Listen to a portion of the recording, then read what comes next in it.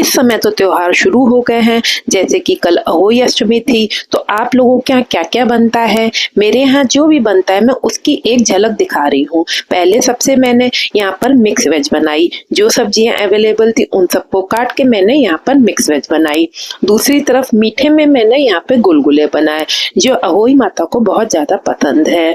यहाँ पर मेरे मीठा जब तक गुलगुले बन रहा है और एक तरफ मेरे यहाँ पर मिक्स वेज बन रही है। मीठा एकदम शुद्ध और पवित्र होता है, तो यहाँ पे गुलगुलों से अच्छा कुछ नहीं होता है। जब तक हमारे यहाँ पे गुलगुले बन रहे हैं, दूसरी तरफ मैंने पालक को उबाल के रखा हुआ था, जिसको मैंने निचोड़ के मिक्सर के जार में डालकर पीस लिया है। अब मैं पालक का क्या करूंगी अभी मैं आपको आगे बताती हूँ। उसके बाद मैंने यहाँ पे नमकीन वाले पोहे बनाए। मेरे यहाँ मीठे पोहे और नमकीन पोहे दोनों ही चढ़ाए जाते हैं, तो मेरे यहाँ पे नमकीन और मीठे दोनों ही तरह के पोहे बन रहे हैं, जो इस थाली के स्वाद को बैलेंस करती है। ये देखिए यहाँ पे एकदम बाहर से क्रिस्पी और अंदर से सॉफ्ट दोनों ही तरह के हमारे पोहे बनकर तैयार हो गए हैं। अब बारी आती है आटा गूंदने की, तो यहाँ पे मैंने थोड़ा सा आटे में पानी डालते हुए मैंने यहाँ पे एक टाइट आटा गूंद लिया है, जिससे मैं यहाँ पर पूरियां बनाऊंगी। पूरी का आटा हमेशा टाइट गूंदता है, जिससे हमारी पूरी देखने में और खाने में दोनों ही तरह से बहुत अच्छी आती है। ये मेरा पूरी का आटा सेट हो रहा है। जब तक हम यहाँ पर दूसरा आटा गूंद लेते हैं, तो इसमें मैंने थोड़ा सा नमक, लाल मिर्च और हींग डाली है। मोयन के लिए मैंने थोड़ा सा यहाँ पर तेल डाला है। उसके बाद जो मैंने यहाँ पर पालक पीस के रखी थी उसको डाल दिया है और अच्छे से आपको इसे मिक्स कर लेना है। उसके बाद थोड़ा थोड़ा पानी डालते हुए इसको भी हमें टाइट ही आटा गूंदना है, क्योंकि हम पूरी बना रहे हैं तो पूरी का आटा हमेशा टाइट रहता है। और अगर अभी हमें पालक के पराठे बनाने होते हैं तो हम आटे को सॉफ्ट गूंदते हैं। इस तरह से पूरी और पराठे का आटा अलग अलग गूंदता है। तो मेरा यहाँ पर दोनों तरह का आटा गूंदकर तैयार हो गया है। अब हम इनको थोड़ी सी देर के लिए ढक कर रख देते हैं, जब तक हमारा आटा सेट हो जाएगा।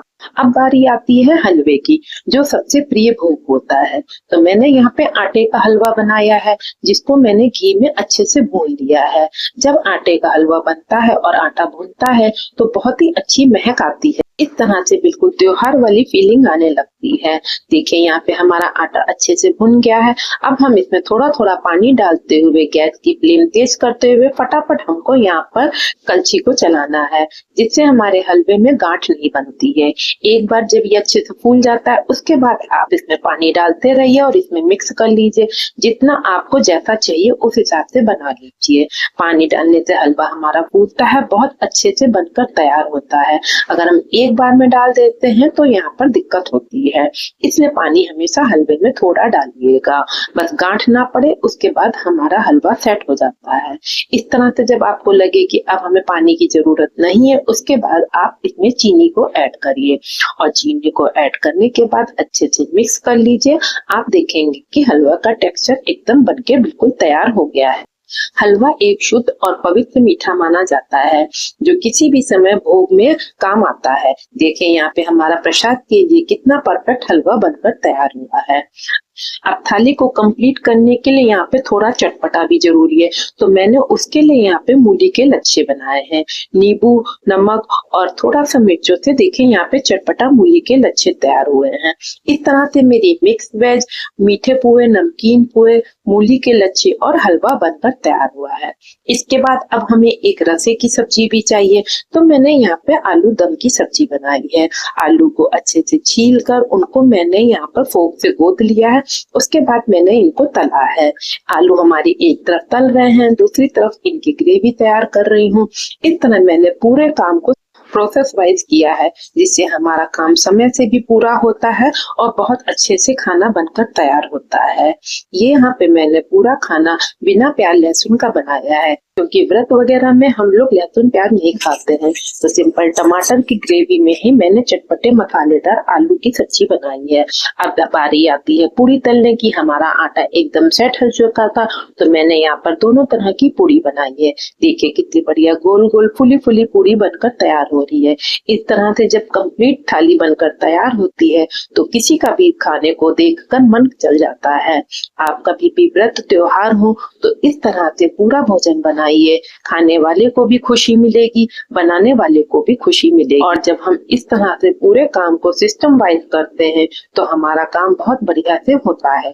देखिए यहाँ पे पूरियां कितने अच्छे से बनकर तैयार हो रही हैं। हमारी दूसरी तरफ यहाँ पे ग्रेवी भी एकदम बनकर तैयार हो गई है, जिसमें मैंने यहाँ पर तले हुए आलू डाल दिए हैं। इस तरह से थोड़ा से खट्टे मीठे स्वाद के साथ जो कि आलू दम की सब्जी बहुत ज्यादा अच्छी लगती है। फिर आप उसके ऊपर धनिया डाल लीजिए। इस तरह से मेरा पूरा खाना बनकर तैयार हो गया है। चलिए अब हम उसे सर्व करते हैं। तो मैंने यहाँ पे मीठे पुए, नमकीन पुए, मूली के लच्छे और हलवा लगाया। उसके बाद मैंने मिक्स वेज और आलू दम की सब्जी रखी।